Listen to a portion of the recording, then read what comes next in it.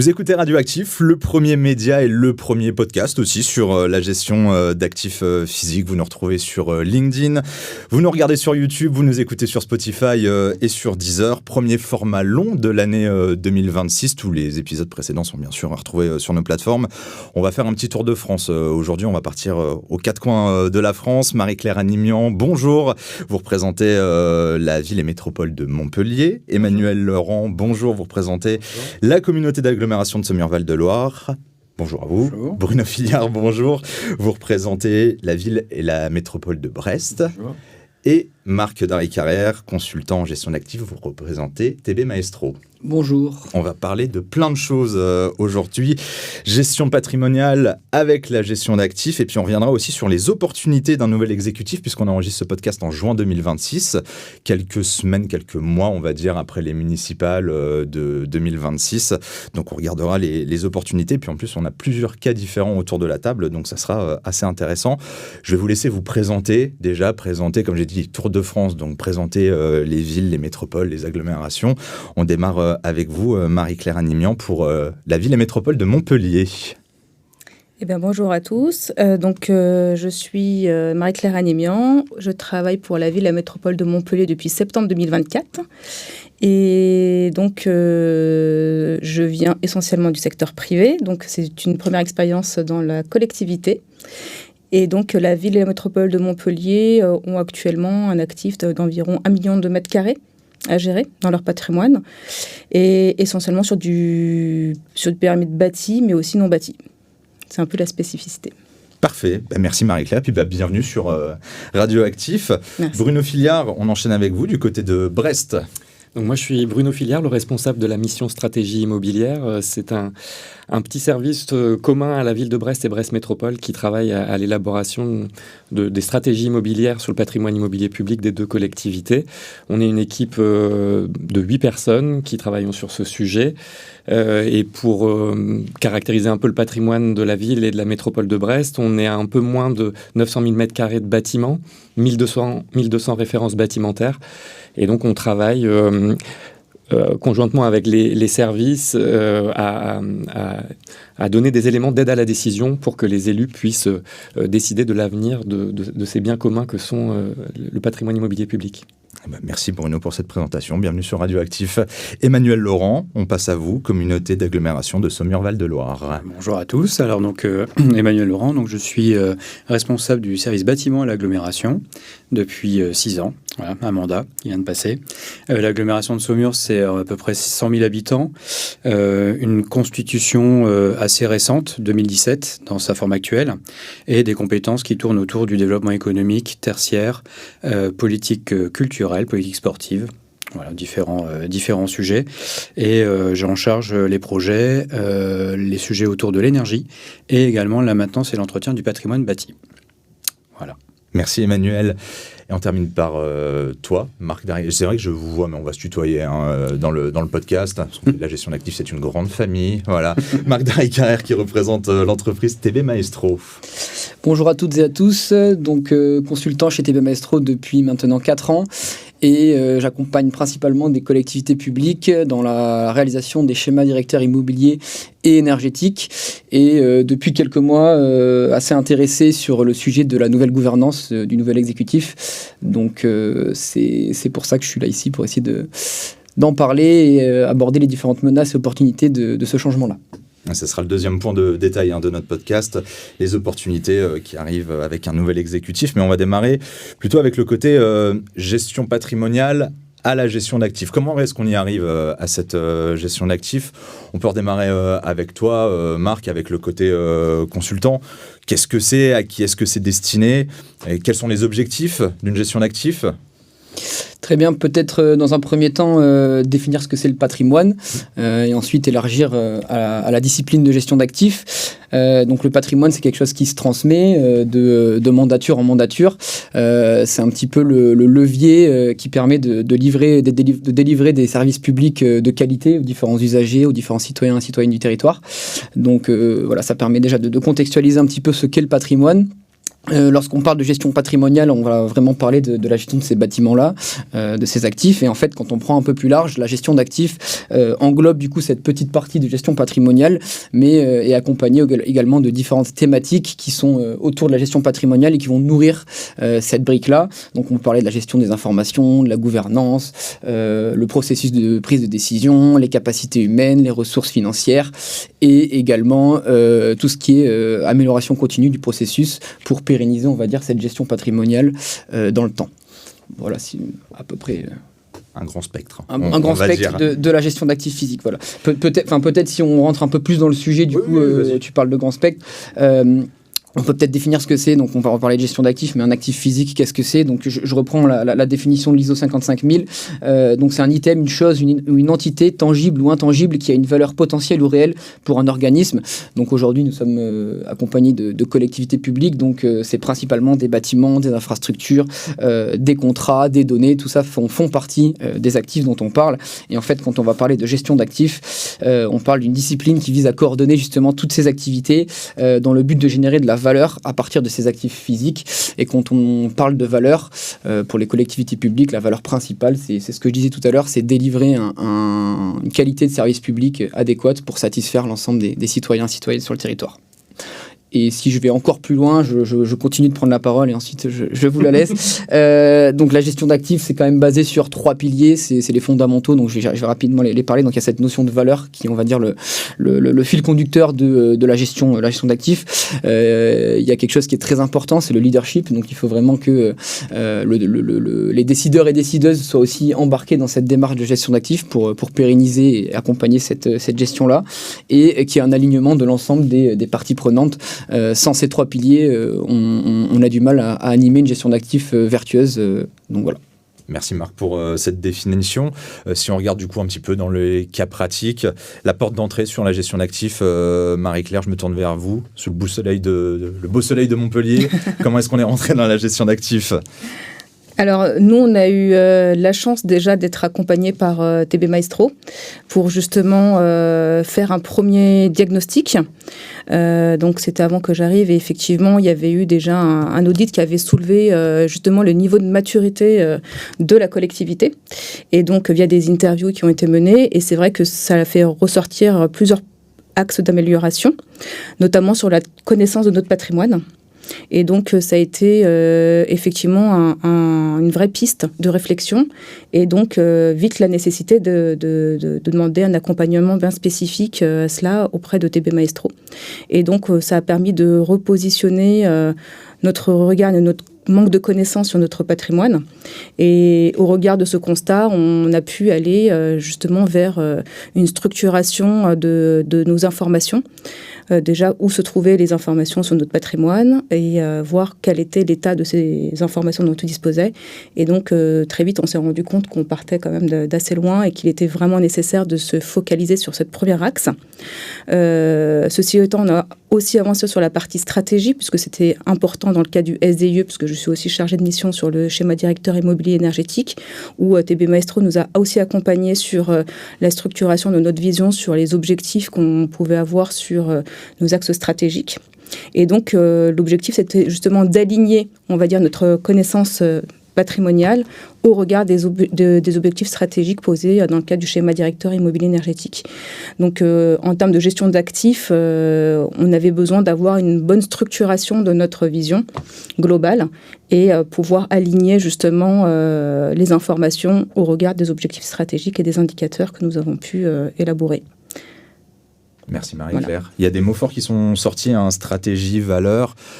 Bruno Filiard, du côté de Brest, est-ce que c'est des termes qui vous parlent quand on rentre dans la gestion d'actifs ? Oui, tout à fait. Alors, je dirais qu'on a pris conscience de s'intégrer dans un système de gestion d'actifs assez récemment, même si en fait la mission stratégie immobilière a été créée en 2021 au sein de l'organisation de Brest Métropole et de la ville de Brest. Et on a initié une démarche d'élaboration des stratégies immobilières, c'est comme ça qu'on l'avait appelé en 2021, basée sur plusieurs constats d'ordre technique, un patrimoine de la reconstruction vieillissant, et donc avec des consommations énergétiques croissantes, notamment des réglementations et des normes qui viennent un petit peu contraindre aussi cette gestion d'actifs. Et puis il y avait aussi des constats d'ordre organisationnel, une absence de vision transversale et partagée de ce qu'est le parc immobilier public d'une ville et d'une métropole. Des responsabilités et des rôles qui étaient un petit peu, je dirais, émiettés au sein de notre organisation. Et donc, l'exécutif de la métropole a souhaité créer la mission stratégie immobilière et se lancer dans une démarche de stratégie immobilière dont les contours, pour résumer, pourraient se limiter, mais c'est là après où on a évolué à l'écriture d'un schéma directeur immobilier et énergétique, si on peut dire. Et c'est en faisant tout ce travail à la fois de diagnostic, de savoir d'où on part, quelle est la situation immobilière existante en termes d'état technique, de consommation énergétique, d'adéquation aux usages, combien coûte la gestion immobilière à l'échelle de la collectivité, voilà qu'on a réussi à faire l'état des lieux de là où on voulait partir, et puis on a fait phosphorer les élus sur c'est quoi l'ambition pour le patrimoine immobilier public de demain, et donc se lancer dans une démarche prospective sur comment on part de la situation immobilière existante, comment on va vers cette ambition sur le patrimoine immobilier public, et puis on accompagne à la fois grâce aux directions sectorielles qui portent des politiques publiques, que sont la direction éducation, culture, sport. Comment on donne à voir l'état de ce patrimoine et quels sont les leviers d'action pour aller vers une gestion plus soutenable du patrimoine immobilier. Et en faisant ce travail-là et ce positionnement, je dirais, dans l'élaboration d'un schéma directeur immobilier, qu'on s'est rendu compte que on est au croisement d'un système d'acteurs qui travaillent sur la gestion du patrimoine immobilier. Marc l'évoquait bien tout à l'heure, avec un sujet de gestion des données, un sujet de prise de décision, qui fait le choix d'évolution du parc immobilier public dans une collectivité comme la ville de Brest ou Brest Métropole. Et donc, on a commencé à effectivement identifier que voilà, cette infrastructure d'acteurs qui concourent à gérer le patrimoine, dans lequel il y a un certain nombre de manques. Et c'est petit à petit, il nous aura fallu quasiment 4 à 5 ans pour se retrouver dans les concepts posés notamment par TB Maestro au fil de discussions et de visionnage de webinaires, en se disant « Ah tiens, là, la gestion d'actifs, là, ça nous cause en fait », et on se retrouve dans les éléments conceptuels qui ont été posés. Donc on y est venu de façon un peu progressive, en mettant un peu les mains dans le cambouis sur la stratégie chez nous, et puis après on s'est rendu compte que c'était un système bien plus complexe et qui mérite d'être structuré comme il le faut. On peut dire que ça s'est fait au fur et à mesure. Est-ce que du côté de Saumur-Val-de-Loire, c'était le cas aussi, Emmanuel Laurent ? En fait, je me retrouve dans ce que disait Marie-Claire et puis Bruno. Un besoin d'inventaire, ça, je vous disais tout à l'heure, c'est une collectivité récente. Donc, on avait assez peu d'historique, on va dire, concentré de l'ensemble des informations. Donc, la gestion des données était importante. Et également, en fait, une politique. Alors, nous, on a un parc qui est assez récent, parce qu'on a un fort développement économique et une construction assez volontariste sur la collectivité. Donc, en fait, on se retrouvait à devoir combiner du patrimoine existant, des projets importants, et en fait avoir une certaine cohérence, on va dire, entre les différents schémas directeurs. On parlait de schémas de politique publique, que ce soit dans la culture, le sport, les mobilités également, et combiner tout ça avec une certaine logique, des moyens adéquats. Et donc voilà, c'est effectivement des éléments qui nous parlaient. Et TB Maestro nous a accompagnés, notamment déjà sur la phase inventaire et sur la phase également d'accompagnement stratégique. Aide à la décision pour les élus. Qu'est-ce qu'on fait des bâtiments récents, ce qui vont vieillir, une politique d'investissement importante. Donc, comment on va gérer cet afflux de bâtiments plus tard dans le patrimoine. Voilà, des petites questions, on va dire des focus, et on avait besoin d'une certaine cohésion et une cohérence des équipes et une cohérence dans les décisions qui étaient prises. Merci Emmanuel. Est-ce que quelqu'un va répondre autour de la table sur la position de cette discipline au niveau national, par exemple? Marc, peut-être? C'est quelque chose qu'on essaye d'impulser de plus en plus sur l'ensemble des collectivités. Moi qui suis chez TB Maestro depuis 4 ans, on voit quand même un certain intérêt de plus en plus de pas mal de collectivités, que ce soit des villes, des communautés d'agglo, des communautés de communes ou autres, qui s'embarquent, on va dire, dans cette gestion-là. Et ça va peut-être faire un peu la transition avec la suite, mais profiter d'un nouvel exécutif, d'une nouvelle mandature pour justement démarrer une bonne gestion d'actifs et embarquer dans un premier temps les décideurs et décideuses, donc les élus dans cette démarche-là, puis après ensuite l'ensemble des services gestionnaires. C'est la clé, on va dire, du succès pour la suite. Donc pour répondre à la question initiale, c'est une discipline en vogue, on va dire, et en tout cas on espère que l'ensemble des collectivités, ou en tout cas une majorité, pourra mettre un pied dedans et rendre vertueux sa gestion patrimoniale et gestion d'actifs. Bruno Filière sur la discipline au niveau national. Oui, juste indiquer qu'il existe un réseau national des gestionnaires de patrimoine immobilier en collectivité qui s'est structuré aux alentours des années 2021-2022 avec l'aide notamment du CEREMA, dans lequel un petit noyau dur de collectivités phosphore sur différents sujets de la gestion immobilière chaque année.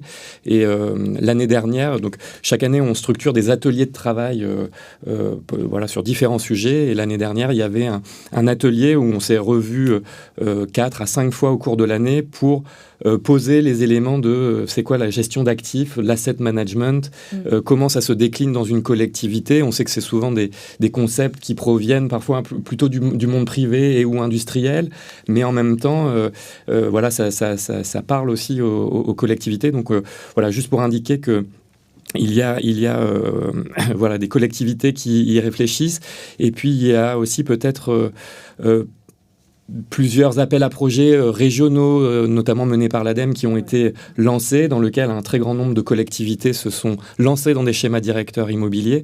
Et je sais qu'il y a aussi des groupes de chercheurs, notamment du laboratoire en transition organisationnelle du côté de Toulouse, qui ont travaillé sur ces outils-là et qu'est-ce qu'on en fait une fois qu'ils ont été réalisés, au-delà de réaliser un schéma directeur immobilier, comment on transforme l'essai en accompagnant et en créant vraiment du mouvement au sein des collectivités ou des organismes. Et donc là, je trouve que c'est un peu la particularité de la gestion d'actifs, c'est comment on transforme un système d'acteurs pour mieux gérer le patrimoine commun.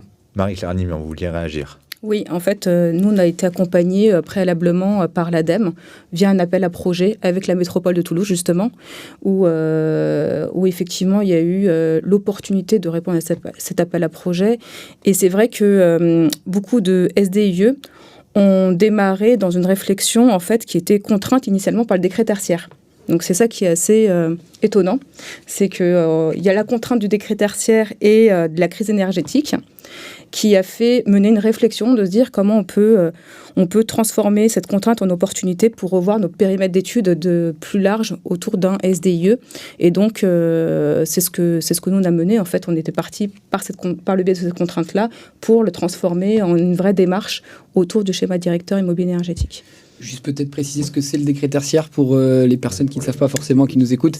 Le décret tertiaire, c'est une imposition de diminution des consommations énergétiques sur l'ensemble du patrimoine géré par une collectivité sur les bâtiments tertiaires de plus de 1000 m². Il y a plusieurs horizons, 2040, 50 et 60.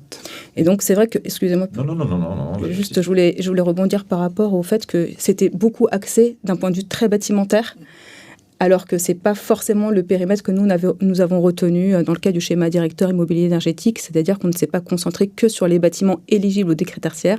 On a élargi notre périmètre du SDIE de manière beaucoup plus large, donc surtout le périmètre bâti, mais aussi non bâti, qu'on a intégré aussi dans cette démarche.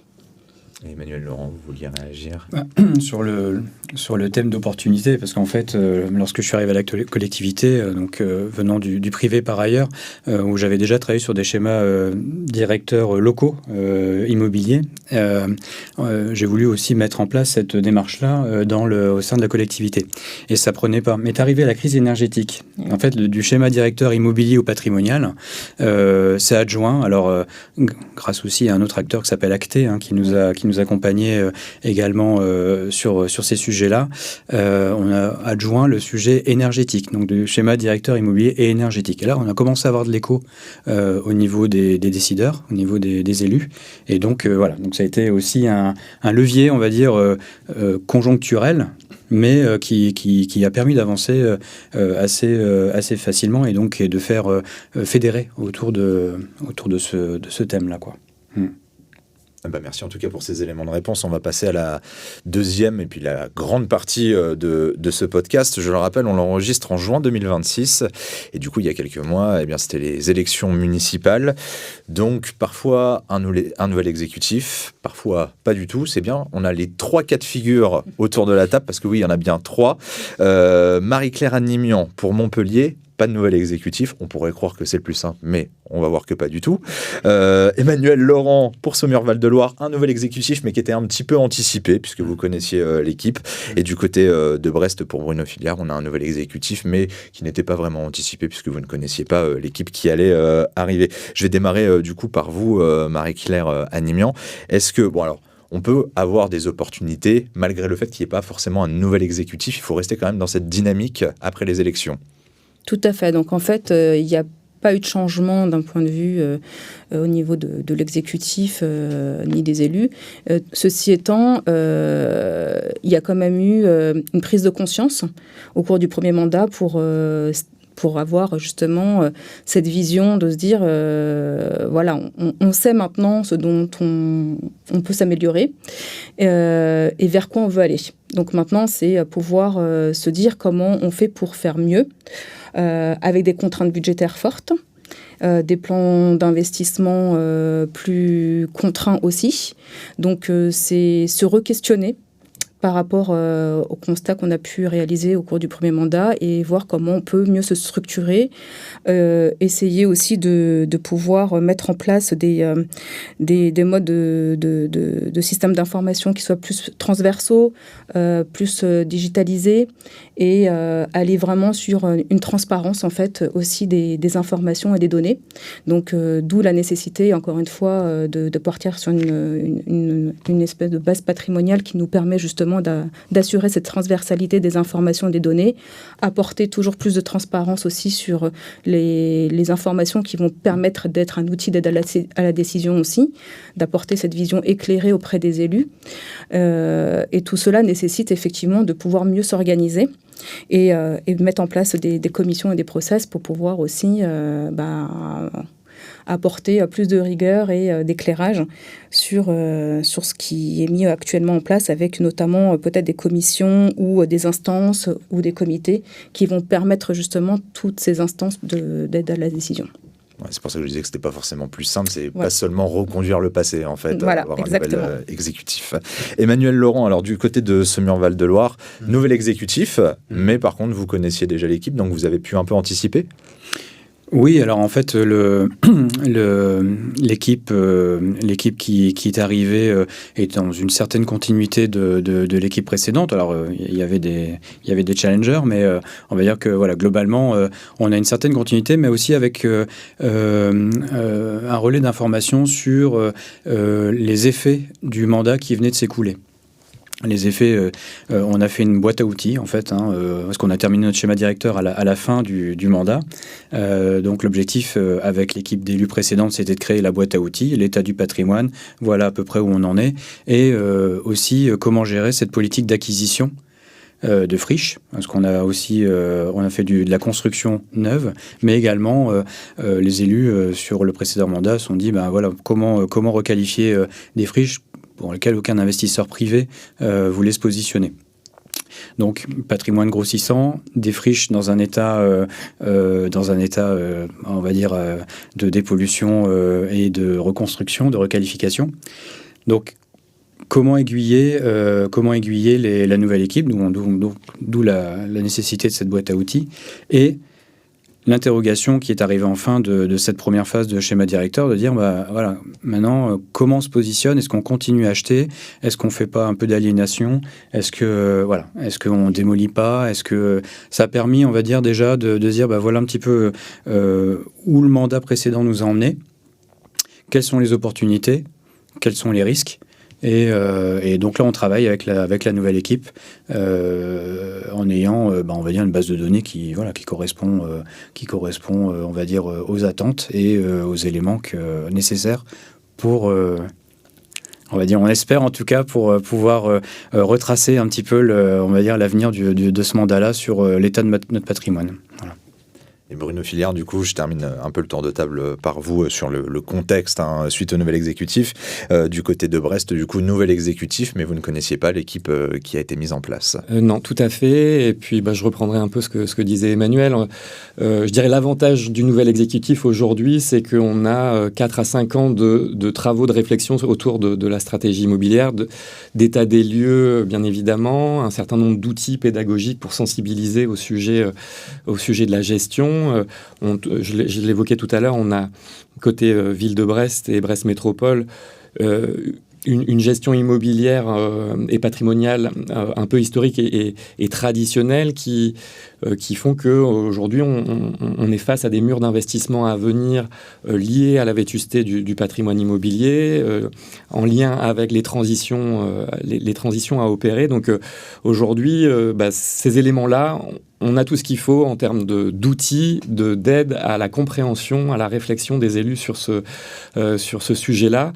Bien évidemment, quand un nouvel exécutif arrive, il faut aussi installer les éléments pour pouvoir dialoguer. Alors, je dirais dialoguer entre administration et politique, mais aussi entre politiques eux-mêmes. C'est-à-dire qu'un maire est élu, il fait ses délégations sur différents périmètres justement de délégation de politique publique, et puis il faut formaliser des commissions pour prendre des décisions collectivement, etc. Donc aujourd'hui, à l'heure où je vous parle, on est, je dirais, dans une collectivité qui réapprend à fonctionner. Côté mission stratégie immobilière, on est dans les starting blocks et pour porter à connaissance notamment des élus en charge du patrimoine. Il y en a un à la ville, une à la métropole, et puis aussi apporter ces éléments-là à la connaissance du maire-président.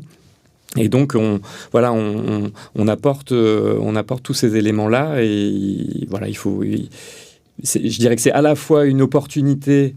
On part pas de zéro parce qu'on a tous ces fameux outils, mais par contre, il faut resensibiliser. Et donc, le niveau d'acculturation qu'on avait réussi à avoir au niveau politique jusqu'ici, il va falloir le retravailler. Et puis, le risque que je vois avec un nouvel exécutif aussi, c'est bien évidemment que le nouvel exécutif a bâti un projet politique aussi, en dehors d'une connaissance, je dirais, incertaine en tout cas de la situation sur le patrimoine immobilier public. J'aime bien faire le parallèle avec ce qu'on peut connaître d'une politique budgétaire dans une collectivité. Aujourd'hui, vous allez dans n'importe quelle collectivité, vous lisez les délibérations, vous êtes en capacité de savoir la réalité de la logique des indicateurs budgétaires d'une collectivité. Donc, c'est des éléments qu'un exécutif qui fait campagne, ou plutôt d'un candidat qui fait campagne peut se saisir. Et je trouve qu'il y a aujourd'hui, en tout cas, peu d'éléments dans le cadre à la fois réglementaire pour parler du sujet immobilier à l'échelle du parc des bâtiments publics. Et donc, ça, c'est, je pense, aussi des éléments qui manquent aujourd'hui dans le débat public, y compris au niveau local. Et donc, quand une nouvelle équipe arrive, elle découvre potentiellement aussi un certain nombre d'éléments liés à la gestion du patrimoine immobilier public. Donc là, entre ambition identifiée dans la campagne municipale, pardon. La présidence des collectivités. Oui, tout à fait. Et du coup, il faut être en capacité de réintégrer aussi les réalités de gestion des collectivités. Emmanuel Laurent, vous vouliez réagir? Oui, par rapport à ce que Bruno disait, deux mots qui m'ont fait réagir, c'était le mur d'investissement et effectivement projet politique. Parce qu'effectivement, les équipes, quand elles arrivent, elles ont un programme, un projet de territoire à venir. Et on est passé, nous, sur la collectivité, en 6 ans, de 6 millions à 30 millions d'investissements projetés, ce qui fait donc une moyenne de 20 millions. Et sur la capacité à faire et à financer de l'agglomération, on atteint des niveaux assez hauts. Et ce qu'a montré le schéma directeur, on va dire de façon pragmatique, non discutable, c'est qu'en fait, ça laisse assez peu de place pour finalement des nouveaux projets. Donc, comment la gestion patrimoniale, la gestion d'actifs va venir télescoper le projet politique? Et l'objectif, c'est pas que ça se télescope, c'est que ça se combine. Voilà. Et donc c'est pour ça que c'est quelque chose qui est intéressant de réfléchir sur les acquisitions de bâtiments. Pourquoi est-ce qu'on les achète? Dans quel objectif? Les objectifs ne sont pas toujours clairement bien définis, c'est beaucoup d'opportunités, mais également on a des besoins qui sont liés par d'autres politiques. Donc peut-être aussi trouver ce lien constitué entre j'ai besoin d'une médiathèque, mais j'ai un bâtiment qui est en friche, je voulais en faire de l'économie, mais peut-être que c'est le moment de se réinterroger. Voilà, donc c'était sur ces murs d'investissement. Et pendant ce temps-là, et je termine juste sur le sujet, c'est le mur d'investissement, c'est qu'on a acquis des friches où il faut investir des millions d'euros pour pouvoir les réhabiliter, en faire quelque chose. Ça vient tout de suite gréver un petit peu la capacité financière de la collectivité. Donc on a aussi ce point d'attention à porter à connaissance auprès des élus. Et peut-être aussi, effectivement, rajouter que... on entend souvent dire que le patrimoine immobilier de 2050 est à 80% déjà là. Donc, il y a aussi cette prise de conscience à faire auprès des élus qui arrivent souvent avec des souhaits de nouveaux services publics et ou de nouveaux équipements. Mais c'est vrai qu'il y a une prise de conscience à avoir sur le déjà là, comment on entretient le déjà là, et donc quand on bâtit un budget et quand on est aux manettes d'une collectivité, il y a à prendre en question aussi c'est quoi le déjà là, c'est quoi nos marges de manœuvre, et donc comment on fait face à effectivement ces murs d'investissement. Est-ce qu'on essaye de réfléchir à l'optimisation de ce patrimoine immobilier public, à le mutualiser, etc. Oui, Marie-Claire. Juste pour rebondir par rapport à la stratégie qu'on peut avoir menée pendant un premier mandat avec un changement d'exécutif, Naya, donc c'est quelque chose auquel nous on avait réfléchi dans le cadre de nos échanges avec TB Maestro pour essayer d'anticiper cela et ne pas revoir complètement notre feuille de route qu'on avait commencé à co-construire. Et donc pour cela, on s'était interrogé sur comment définir des objectifs stratégiques qui soient suffisamment robustes pour pas être mis en cause à l'arrivée d'un nouvel exécutif. Donc en fait, on a passé effectivement quelques journées à se questionner là-dessus pour voir comment on pouvait fixer ces objectifs sans qu'ils puissent être remis en question, quel que soit le nouvel exécutif qui arriverait. Et donc pour cela, on en a défini 4. Si je peux vous les citer très rapidement, c'est optimiser le parc tant sur le plan financier qu'occupationnel des actifs en assurant le juste maillage. Donc c'est ce qu'on disait, c'est déjà, qu'est-ce qu'on veut et à quel endroit, plutôt que d'aller tout de suite voir ailleurs ce qui est disponible et faire des acquisitions qui ne seraient pas forcément justifiées. En tout cas, assurer ce juste maillage-là en fonction aussi des politiques publiques que l'on vise, évidemment. Garantir la sécurité et la sûreté de tous et de tous, ainsi que le respect de la réglementation au sein du périmètre de la collectivité. Donc ça, c'est quelque chose qui est non négociable. Donc on ne peut pas le remettre en question, quel que soit l'exécutif qui sera en place. On doit assurer effectivement la sécurité et la sûreté de tous et toutes. Et assurer aussi la réglementation en termes d'accessibilité et autres. Assurer un niveau de qualité d'usage qui soit adapté à chaque typologie en maîtrisant la vétusté et en assurant un confort dans l'usage pour garantir l'exemplarité de la collectivité. Donc ça, c'est un objectif qui doit répondre pareillement à l'ensemble des besoins des usagers. Et ensuite, limiter l'impact environnemental du parc et adapter au changement climatique. Donc ça, c'est pour prendre en considération tous les aspects environnementaux et énergétiques dans le cadre d'un SDIE. Marc Darry-Carrière, je vous voyais hocher la tête au fur et à mesure de l'énoncé des objectifs. Tout ce qui est raconté. Donc ouais, on parlait tout à l'heure d'alignement, de leadership justement. Donc en fait, toutes ces politiques, toutes ces volontés, lignes directrices, appelons-les comme on veut, permettent justement de dessiner, on va dire, cette feuille de route qui va impulser après la gestion d'actifs et la gestion patrimoniale. Et en fait, tout ça vient encore une fois, des décideurs et des décideuses en haut de la pyramide. Et il faut que ça découle en fait d'en haut pour pouvoir pouvoir nourrir un petit peu toute cette gestion-là. Donc c'est important de faire ce premier travail. Vous avez dessiné quatre lignes directrices avec les élus. Donc voilà, c'est quelque chose qui sera important et qui va permettre de cadrer, on va dire, toute la politique de gestion patrimoniale qui va s'en suivre sur la suite du mandat. Et en fait, il faut voir justement le patrimoine, il ne faut pas le voir comme quelque chose de problématique. Donc souvent dans les discours politiques, on ne parle pas forcément de patrimoine, on parle de volonté politique, mais en fait il faut utiliser le patrimoine comme un levier qui va nous permettre justement d'atteindre ces niveaux-là, d'atteindre ces objectifs-là, voilà, tout en respectant les différents cadres dont vous avez parlé, financiers, réglementaires, de consommation énergétique, etc. Donc voilà, très intéressant tout ce qui a été peut-être compléter exactement ce que tu dis, Marc. C'est effectivement le patrimoine immobilier n'est qu'une conséquence d'une ambition de service public à délivrer sur un territoire. Donc je rejoins tout à fait ce que tu dis. Là où les schémas directeurs peuvent paraître être des exercices très financiers, techniques, voilà, dont on essaye de résoudre essayer de. Enfin, il y a tout un enjeu à faire comprendre à un exécutif politique que, en fait, c'est hautement stratégique puisque quelque part ça traduit et ça permet, c'est une ressource pour pouvoir délivrer une ambition de service public sur un territoire et un projet de territoire. Oui, tout à fait. On parlait de le patrimoine immobilier au cœur finalement de la stratégie. Ça, c'est une vision qui a du mal à passer, on va dire, de prime abord au niveau politique, parce que l'immobilier, c'est immobile, comme son nom l'indique, et la politique, elle pousse, ça va de l'avant. Donc c'est de faire combiner ce que je disais tout à l'heure, faire combiner les deux, qu'il y ait une certaine cohérence et pas une opposition, et que, alors moi, j'aime bien dire aussi que l'immobilier s'attache au système d'information et aux ressources humaines. Ce sont un peu les ingrédients pour faire avancer l'ensemble des politiques dans une collectivité. Donc voilà, c'est clairement d'accord avec ce que disait Bruno. Ouais. Et peut-être ajouter encore un élément sur les histoires de temporalité. Un exécutif politique est élu pour 6 ans. Comment on bâtit des stratégies avec un décret tertiaire qui nous donne des perspectives de réduction des consommations à 2030, 2040 ou 2050 ? Comment, voilà, c'est une vraie question au sein des collectivités. Comment on dépasse aussi ces horizons de mandat de 6 ans pour bâtir et tenter de cranter des orientations claires pour faire qu'il y ait une gestion soutenable du patrimoine immobilier. C'est intéressant de rappeler les temporalités, donc 6 ans.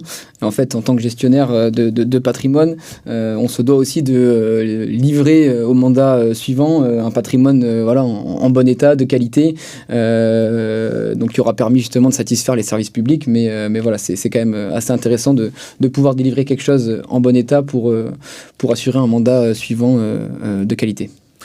On parlait un petit peu des contraintes d'un nouvel exécutif qui va arriver, qui va avoir une méconnaissance, on va dire. Est-ce qu'on pourrait imaginer des solutions, justement, pour que ce soit un peu plus fluide, pour qu'il y ait une meilleure connaissance, on va dire, des actifs ? Vous aviez évoqué le budget, par exemple. Où, là, il y a une vraie connaissance quand il y a une passation. C'est pas le cas du tout pour les actifs. Est-ce que vous avez, je sais pas, imaginé des solutions qui pourraient apparaître ?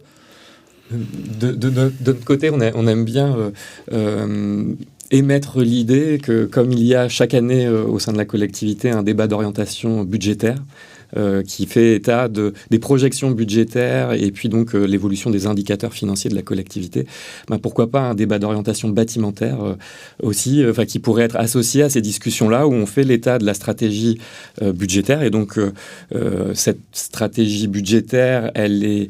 je dirais que les élus sectoriels et les directions sectorielles, en règle générale, reçoivent une lettre de cadrage budgétaire.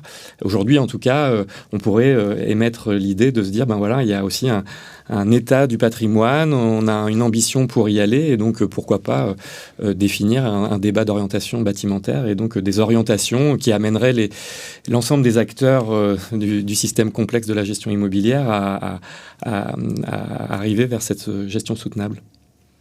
Marc, Marie-Claire évoquait le fait de poser une stratégie avec plusieurs objectifs quand on est face à une période électorale où il y a une incertitude parfois sur les résultats. Vous faites face avec TB Maestro à cette construction de stratégie, plusieurs objectifs face à des élections. Oui, c'est ce qu'on dit tout à l'heure. L'alignement, c'est quand même un des 3 piliers de la gestion d'actifs au sens large du terme. Donc, il faut qu'il y ait quand même un accord et un alignement entre les politiques décideurs, décideuses et la suite de ce qui sera abordé durant le mandat. Donc, autant profiter de l'arrivée de cette nouvelle équipe pour embarquer tout le monde au plus tôt et pouvoir assurer quelque chose de cohérent et qu'il n'y ait pas un désalignement. Voilà, le risque, c'est de construire une gestion patrimoniale entre services gestionnaires de son côté et pas forcément être en accord avec l'ensemble des équipes d'élus. Donc, il peut y avoir après une problématique, chacun travaille de son côté et en fait, alors qu'on a un objectif commun, c'est-à-dire gérer le patrimoine et délivrer des services publics de qualité. Donc voilà, il faut tout aligner pour que ce soit pérenne et vertueux. Emmanuel Laurent. Sur l'aspect pragmatique et pas trop conceptuel du schéma directeur, parce qu'on c'est vrai qu'on est nous on n'est pas une fonction support on va dire transversale, on est un service bâtiment au sein d'une direction technique, donc on essaye de faire porter un peu la voie, on va dire un peu supra, prendre vraiment de la hauteur et faire prendre de la hauteur à nos indicateurs et puis à nos élus, et dans cette acculturation du patrimoine. Et donc là, on a vu sur ce nouveau mandat un élu du patrimoine qui revient dans une sorte de comité stratégique et en fait qui soit au cœur de chaque décision qui sont prises par l'ensemble des compétences portées par les autres élus. Et on a pris notre schéma directeur, c'est fini avec l'ancien mandat, mais on avait prévu avec TB Maestro une séance de présentation et d'acculturation, on va dire un peu plus de 6 mois après l'arrivée des nouveaux élus, pour présenter le bilan, on va dire, de du travail qu'on a fait ensemble. Oui. Donc ça passe par la pédagogie. Beaucoup de pédagogie. Parce qu'on est une agglomération assez, et c'est pas péjoratif du tout, mais c'est assez rural en fait. Donc on a une ville-centre qui fait à peu près un bon tiers de la population, sur 100 000 habitants. Saumur, c'est un peu moins de 30 000. Et c'est vrai que ces sujets où on parle tout de suite de dizaines de millions d'euros d'investissement, etc., les élus locaux de collectivités plus petites n'ont peut-être pas cette vision, en arrivant en tout cas, cette vision, on va dire, de maillage, de services publics, on va dire à l'échelle d'une collectivité telle qu'une agglomération. Donc c'est important aussi de faire voir, on n'est pas que à travailler que sur le bâtiment, sur sa rénovation et sa mise en réglementaire, elle s'inscrit vraiment dans un ensemble. Et voilà, donc travail de pédagogie. Marie-Claire. Je partage tout à fait ce qui vient d'être dit par Emmanuel, c'est qu'en fait, il y a eu effectivement tout un travail d'acculturation qui a été mené au cours de l'année 2025 auprès de différentes parties prenantes, notamment auprès des membres du CODIR. Donc, on a fait plusieurs ateliers de présentation, même au niveau des équipes opérationnelles aussi de chaque politique publique, ce qui a permis d'embarquer plusieurs parties prenantes au niveau de chacune des politiques publiques sur les réflexions, les contributions au sujet justement de la gestion d'actifs, et donc expliquer effectivement ce que c'est le SDIE et les amener à cette réflexion commune pour pouvoir co-construire cette démarche et mettre en place justement cette gestion d'actifs à travers un outil de gestion de patrimoine. Et donc pour cela, ça nécessitait effectivement de pouvoir mener à bien des échanges en transversalité et obtenir leur adhésion. À la suite de tout ce travail qui a pu être mené, on a pu faire une restitution auprès des membres du CODIR et du DGS, ce qui a permis justement de faire un flashback sur tout ce qui a pu être mené. Et après tout ce travail qui a pu être mené, donc il y a eu un souhait très très fort justement dans le cadre de ce nouveau mandat qui démarre, de pouvoir maintenant gravir la dernière marche, c'est-à-dire d'avoir une base patrimoniale totalement exhaustive, transversale et avec toute la transparence des informations et des données qui vont bien, avec aussi la nécessité de mettre en place une vraie gouvernance de la donnée. Donc, on a mis en place un RACI qui permet justement de positionner tous les rôles et responsabilités de chacun des acteurs autour de la donnée et qui garantit justement la fiabilisation et la transversalité. Donc, tout ce travail effectivement d'acculturation, de transversalité prend du temps, et donc c'est ce qu'on a mené au cours de l'année 2025. Maintenant, il reste cette dernière marche à gravir. On y est. Presque. Mais c'est vrai que ça va être un peu en mission Big Bang, avec une task force là, qui va arriver dès mercredi. Donc, on va tous mener le travail ensemble. Et j'ai la chance d'être accompagnée par 4 agents au sein de l'équipe SDIE qui m'accompagnent au quotidien sur ces missions-là. Donc, voilà, c'est une belle étape. Bruno. Peut-être aussi sur le sujet de l'alignement, je pense qu'il faut bien avoir en tête aussi que l'alignement, il est double. Il est en tout cas qu'un exécutif politique ait conscience et s'approprie ce sujet de la gestion des actifs et du patrimoine immobilier, d'une part côté politique, mais aussi administratif, comment une direction générale.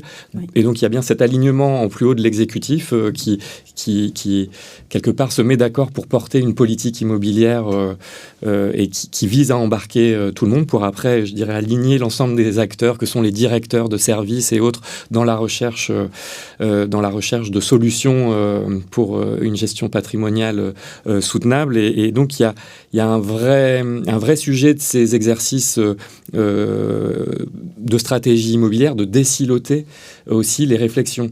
L'idée n'étant pas trop de faire un schéma directeur immobilier des sports, de la culture, de l'éducation. On sait très bien qu'en fait, dans les décisions, ce ne sont que des jeux de vases communicants où, lorsque des élus décident de faire une nouvelle salle de sport ou une nouvelle salle de spectacle, c'est autant d'argent qu'ils n'auront pas, soit pour maintenir le déjà là, soit pour choisir d'autres sujets. Donc, il y a un vrai sujet de faire que, au sein de l'exécutif politique, et y compris administratif, il y ait des gens qui soient au-dessus de la mêlée pour faire comprendre que en fait, chaque prise de décision sur un bâtiment, en fait, ça a des conséquences en cascade sur toute une série d'autres décisions. Donc voilà, et je pense que ça, c'est un des enjeux forts là, de faire comprendre tout ça à une nouvelle équipe et à instituer dans une organisation. Marc, je voulais réagir sur l'alignement. L'alignement et la gestion des informations et essayer d'avoir des informations exhaustives sur l'ensemble du patrimoine, c'est quand même, on va dire, l'élément central et principal d'une bonne gestion d'actifs. On ne peut pas mener une bonne gestion d'actifs si on n'a pas les données énergétiques, techniques, réglementaires, d'occupation, de fonctionnalité des différents bâtiments. Donc, en soi, c'est la brique principale. Donc, voilà, juste, je voulais confirmer ce qui avait été dit. Oui, voilà. Un dernier petit mot sur le sujet de l'alignement, de désiloter les réflexions. On réfléchit pas mal de notre côté à passer par la territorialisation du sujet, c'est-à-dire se dire qu'au sein d'une ville comme la ville de Brest, effectivement, il y a des quartiers administratifs ou des quartiers vécus dans lesquels il y a une somme d'équipements publics, sport, culture, éducation, etc. Et comment on donne à voir, pour casser justement les silos sectoriels, politique publique par politique publique, de se dire que sur un territoire, il y a la délivrance d'un certain nombre de services publics et que son optimisation peut se regarder à l'échelle d'un territoire, et peut-être qu'il y a de l'optimisation à faire sur de la pratique sportive qui prenait lieu dans un gymnase, et peut-être que la salle de motricité de l'école d'à côté peut accueillir cette activité, ou dans une salle polyvalente. Donc je pense voilà, il y a un sujet aussi de faire comprendre à des élus qui peuvent arriver et dont on leur donne une délégation.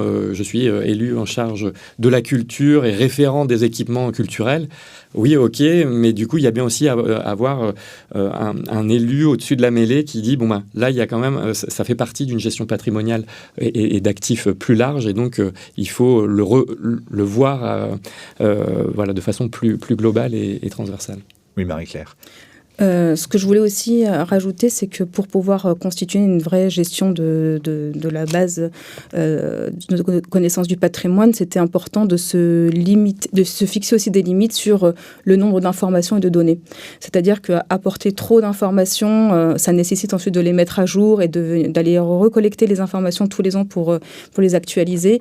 Donc, vaut mieux se limiter sur un nombre d'informations et de données qui soient strictement nécessaires, ce qu'on appelle données de criticité 1, c'est-à-dire c'est vraiment le strict minimum qui permet d'avoir le bon niveau d'information. pour permettre d'éclairer et apporter une vraie vision sur la prise de décision. Et donc pour cela, ça nécessitait aussi de pouvoir avoir le même langage commun avec chacune des politiques publiques pour que chacun puisse s'y retrouver en fait dans son langage commun et avoir ce juste niveau d'information en fait. Puisque après derrière, il faut qu'on apporte des éléments de type de tableau de bord ou d'indicateurs de pilotage pour pouvoir les suivre dans le temps et cela, ça nécessite beaucoup de capacité à faire. Et donc cette capacité à faire, c'est un vrai sujet aussi. C'est que parfois on a du mal à mesurer l'importance que ça peut générer en termes de charges et de gouvernance de l'information et de la donnée. Je te rejoins complètement. Je pense qu'il y a un vrai sujet sur la donnée à aller chercher et son niveau de détail. En fait, il y a comment on transforme cette donnée en indicateur pertinent pour une aide à la décision de niveau stratégique. Et on réfléchit de notre côté là à essayer de trouver un indicateur qui permet de caractériser des actifs. Est-ce qu'un actif est considéré comme stratégique ou pas dans notre parc immobilier? Est-ce que c'est un actif de second rang ou plutôt un actif justement de troisième rang, pour aussi se dire que si, et donc ça c'est aussi, il n'y a pas que de l'objectivation technique, financière, c'est aussi un sujet politique de qualifier qu'un actif est stratégique. Et donc ça permet aussi, quelque part, avec le grand nombre de données qu'on peut avoir, si on peut revenir à des sujets qui sont de l'ordre, cet actif est stratégique ou pas stratégique, il est bien positionné, pas bien positionné, et donc on aura une politique d'entretien forte pour le patrimoine, à l'actif stratégique, et puis on révise aussi sa stratégie en fonction du caractère stratégique des actifs ou non, quoi. C'est une notion qu'on essaye justement d'intégrer de plus en plus lorsqu'on réalise des schémas directeurs immobiliers énergétiques.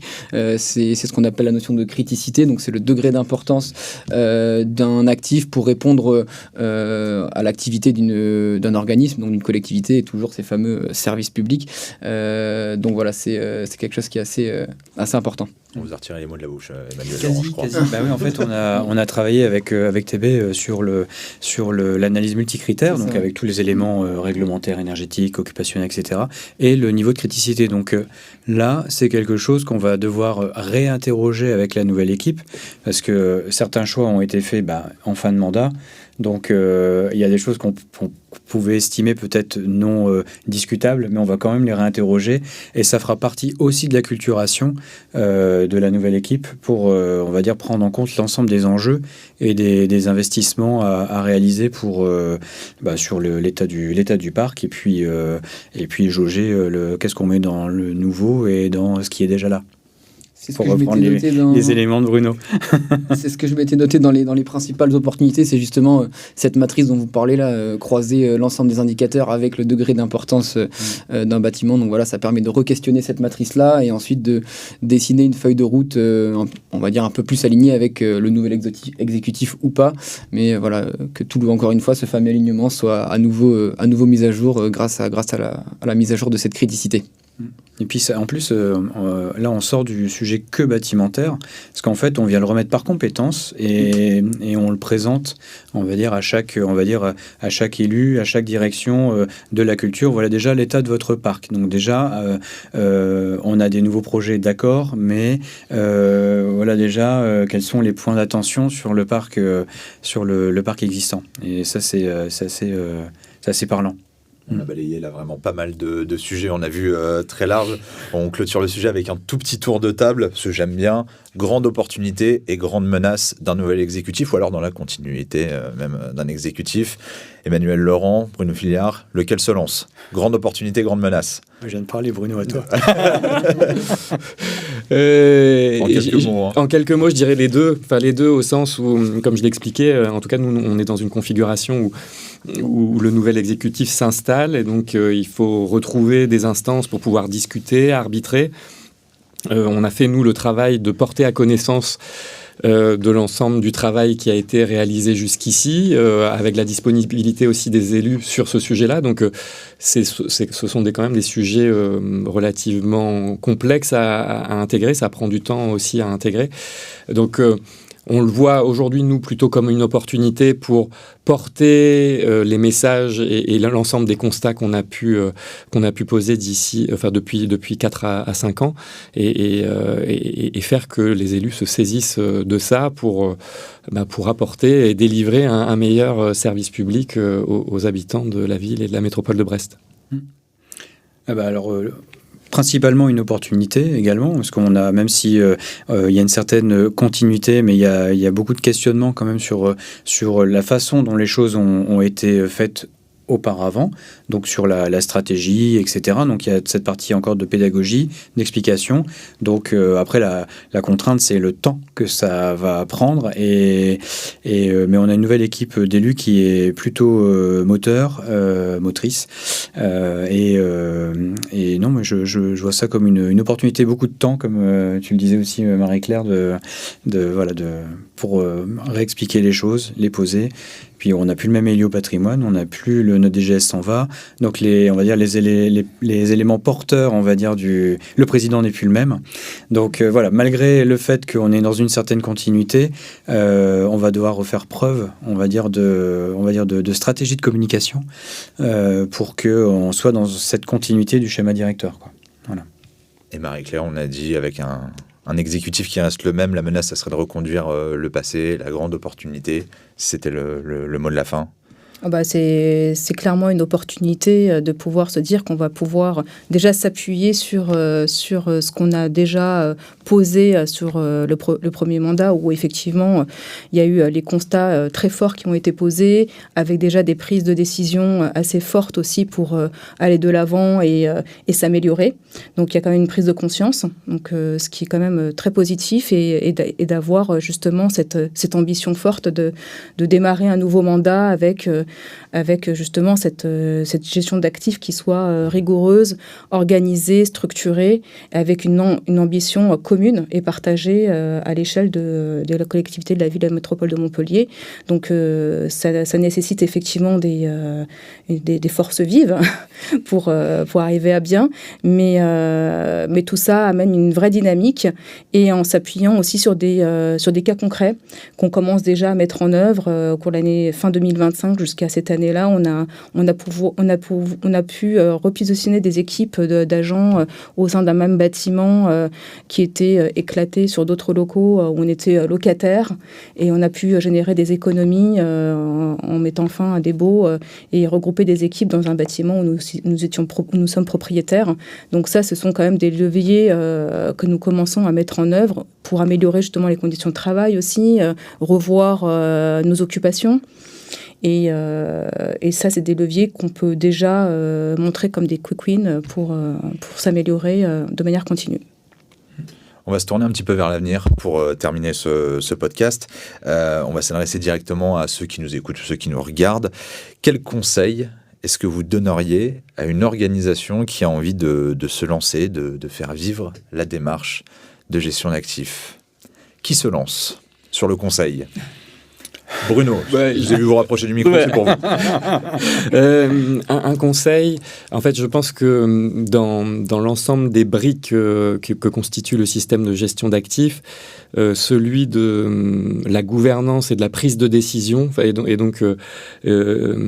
comment et qui est, avec quels éléments les élus décident.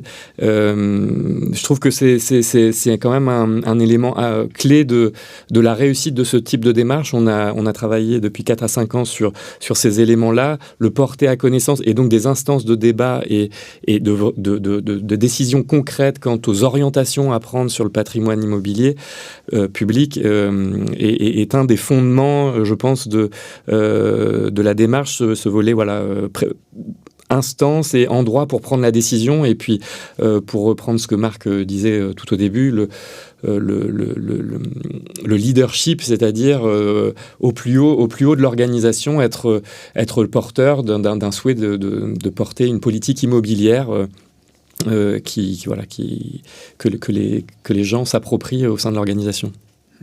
Emmanuel Laurent, un conseil?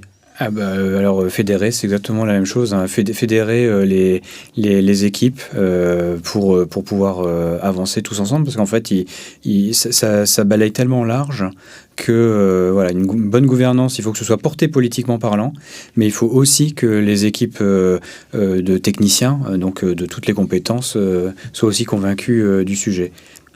Mais je pense que Marie-Claire en parlera peut-être, mais aussi une bonne base de données. Parce que voilà, c'est un conseil pour se lancer dans la démarche, c'est connaître son patrimoine ou au moins savoir où chercher les informations et les collecter. Ça, voilà.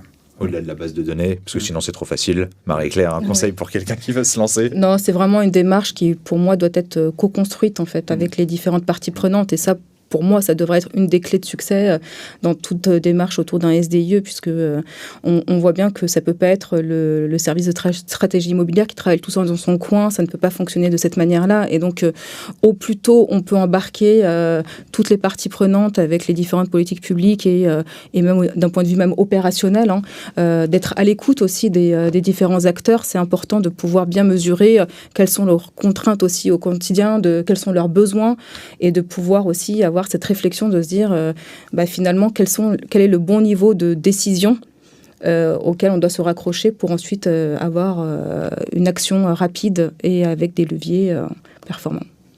Je vais terminer par Marc. Ouais, c'est assez intéressant tout ce qui a été dit. C'est un peu ce que j'avais noté comme conclusion, avec l'idée quand même d'avancer progressivement. Voilà, on va impulser un changement dans la gestion d'actifs. Donc, c'est quelque chose qui prend du temps. Embarquer l'ensemble des acteurs. Donc, voilà, mettre en mouvement l'ensemble des acteurs, c'est quelque chose qui va pas se faire forcément du jour au lendemain. Donc, voilà, vraiment avancer progressivement. Le portage politique, c'est vraiment donc le fameux leadership qui est très, très important à mes yeux. Et voilà, essayer de cibler aussi déjà les bons leviers, les premiers quick wins comme on peut les appeler pour déjà donner un peu de positif et derrière pouvoir légitimer l'embarcation de tout le monde dans ce projet-là. Et il y a quelque chose que j'ai noté aussi, c'est adapter l'ambition. Donc voilà, c'est important aussi d'avoir des ambitions en accord avec l'acceptation au changement de chaque organisme. Donc pas voir des choses un peu trop démago, mais vraiment rester les pieds sur terre et avoir des objectifs, on va dire, réalisables.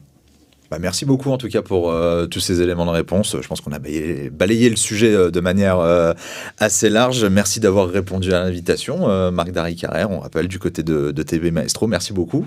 Avec plaisir, merci à vous. Bruno Fillard pour la ville et la métropole de Brest. Merci d'avoir accepté l'invitation. Merci également. Marie-Claire Annimian, c'était du côté de la ville et de la métropole de Montpellier, dans le sud. Merci d'être venu jusqu'à nous. Merci pour l'invitation. Merci Emmanuel Laurent, du côté de la communauté d'agglomération de Saumur-Val-de-Loire. Merci. Merci à vous. Merci à tout le monde. On espère avoir répondu en tout cas à un maximum de questions, d'interrogations que vous pouvez vous poser. Vous continuez à nous retrouver et même à continuer à nous poser des questions. Ça se passe sur le LinkedIn de Radioactif, à nous regarder sur la page YouTube et depuis 1 an maintenant à nous écouter en podcast sur Spotify et Deezer. Et on vous dit à bientôt. Merci. Merci beaucoup. Merci.